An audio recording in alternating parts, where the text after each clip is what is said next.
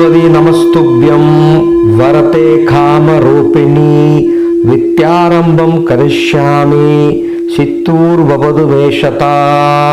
जय सरस्वती जय सरस्वती जय सरस्वती। அனைவருக்கும் ஆனந்தமான இறைவணக்கம். ஆனந்தம் மலரட்டும், ஆனந்த ஒளி பரவட்டும் என் அன்பு ஆன்மீக சிவ சொந்தங்களே. இன்னைக்கு நம்ம ஒரு முக்கியமான விஷயத்தை பற்றி பார்க்க இருக்கின்றோம்.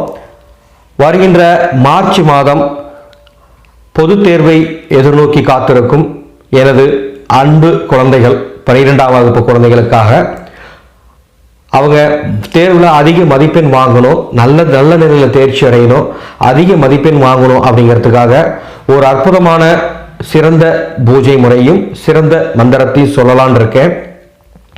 அன்பு கூர்ந்து இதை கேட்டுட்டு இருக்க பெரியவங்க சின்னவங்க யாராக இருந்தாலும் இதை உடனே ஸ்கிப் பண்ணிட்டு அவாய்ட் பண்ணிட்டு போகாமல், உங்கள் வீட்டில் +2 படிக்கிற குழந்தைங்க இல்லைனாலும் பரவாயில்ல, உங்களுக்கு தெரிஞ்சவங்களுக்கு எவ்வளோ பேர் வீட்டில் அது இருக்கலாம்.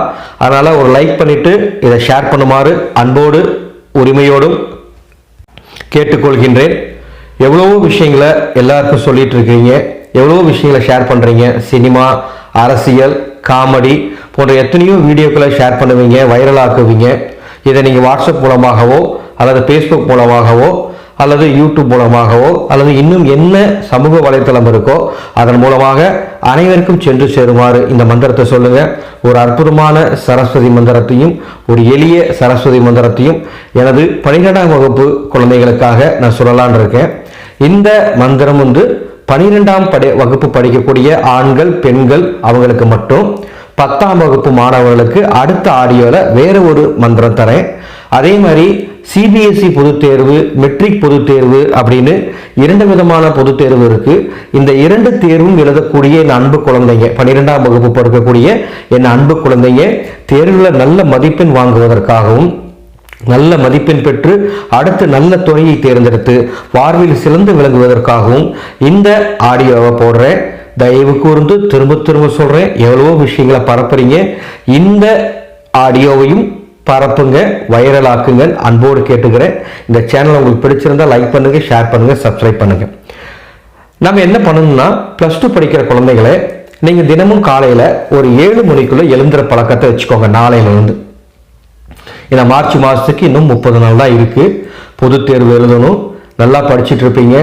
எவ்வளவோ படிப்பு மண்டையில் ஏற மாட்டேங்குது அல்லது ஞாபகம் மறதி அதிகமாக இருக்குது அப்படிங்கிற குழந்தைகளுக்கும் இந்த மந்திரம் சிறப்பான ஒரு வழிகாட்டுதல் பண்ணும். சிறந்த ரிசல்ட் எடுக்கிறதுக்கு உதவி புரியும்.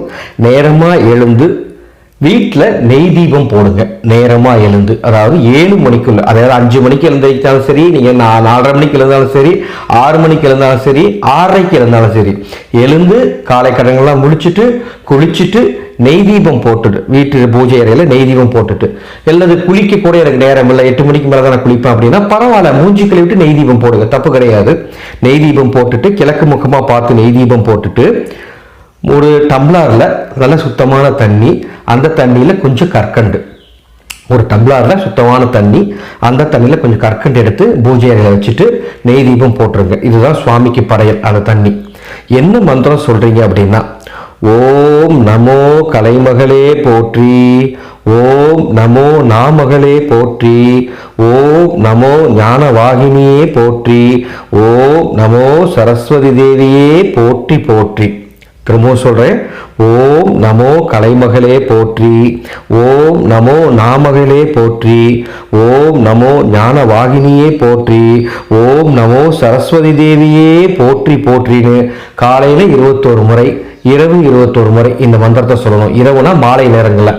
காலையில் எழுந்து குளிச்சாலும் சரி, குளிக்கலாலும் சரி, நெய் தீபம் ஏற்றிட்டு சுவாமி படத்திட்டு நின்று நீங்கள் இந்த மந்திரத்தை சொல்லிட்டு படிக்க போங்க. அதே மாதிரி மாலையில் ஸ்கூல் விட்டு வந்தோன்னா மூஞ்சி கைக்கால் அலம்பிட்டு சுவாமி படத்திட்ட நெய் தீபம் ஏற்றிட்டு இந்த மந்திரத்தை சொல்லிட்டு படிக்க போங்க.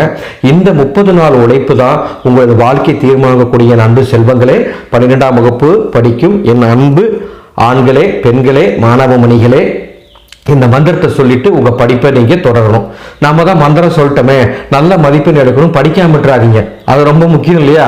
சாமி தான் சொல்லிட்டாரு, வெறுமனே மந்திரம் சொல்லிட்டு அப்படியே விட்டுறலாம், நல்ல மதிப்பெண் எடுக்கலாம், சும்மா சுமாரா படிச்சா போதும்னு நினைச்சிடாதீங்க.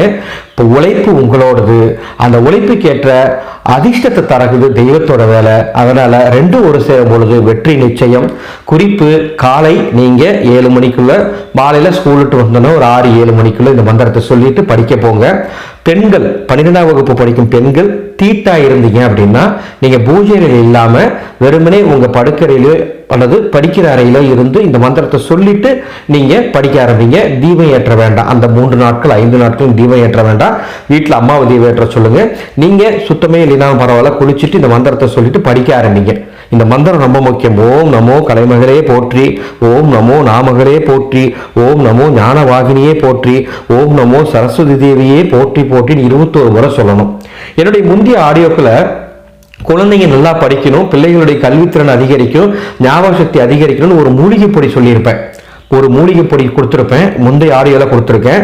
வசதி இருக்கவங்க குழந்தைங்களுக்கு அந்த மூலிகை பொடியை வாங்கித்தாங்க. அப்படி இல்லைன்னா இந்த பூஜையாச்சும் பண்ண சொல்லுங்க. குழந்தைங்க கல்வியில் சிறந்து விளங்கணும்னு சொல்லிட்டு ஒரு 5 பொருட்களை சேர்ந்து தயாரிக்கக்கூடிய ஒரு மூலிகை பொடியோட தயாரிப்பு முறையை ஏற்கனவே கொடுத்துருப்பேன். வசதி இருக்கவங்க அதை வாங்கி குழந்தைங்களுக்கு கொடுங்க. நீ எல்லாத்தையும் தயார் பண்ணி குழந்தைங்களுக்கு கொடுங்க. இல்லைன்னா இந்த மந்திரத்தை சொல்லுங்க. 12ஆம் வகுப்புல நல்ல மதிப்பெண் எடுத்து உங்க குழந்தைங்க அடுத்த படிக்க போகணும்னு உங்களோட சேர்ந்து நானும் பிரார்த்தனை பண்றேன். மீண்டும் அடுத்த ஒரு நல்ல தகவலை சந்திக்கிறேன். குறிப்பு, இது 12ஆம் வகுப்பு மாணவ மனைவிகளுக்கு மட்டும்.